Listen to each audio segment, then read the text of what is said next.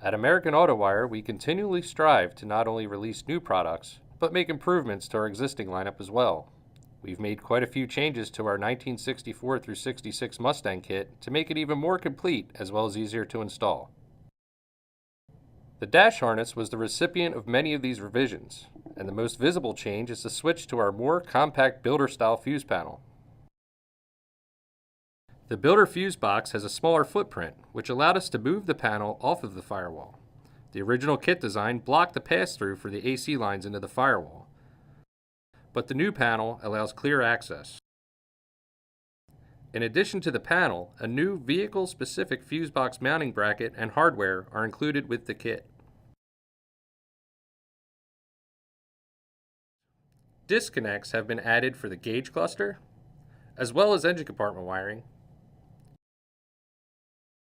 Neutral safety switch disconnect for use with an automatic or manual transmission, and newly added console wires.